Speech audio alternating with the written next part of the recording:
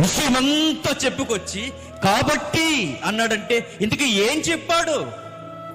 రాత్రి చెప్పాడుగా మనతో, నీ బలహీనత కొరకు ఆయన చనిపోయాడు కాబట్టి, నీ భక్తిహీనత కొరకు ఆయన చనిపోయాడు కాబట్టి, నువ్వు శత్రువు ఉండగా నేను మిత్రుల్ని చేసుకోవడానికి ఆయన చనిపోయాడు అందుకు కాబట్టి, నువ్వు భక్తిహీనతలో నీ హృదయాన్ని చెడగొట్టుకున్నావు, నీకు నూతన హృదయాన్ని ఇవ్వడానికి ఆయన హృదయాన్ని బల్లెము చేత పొడి చేయడానికి ఒప్పుకున్నాడు అందుకు కాబట్టి.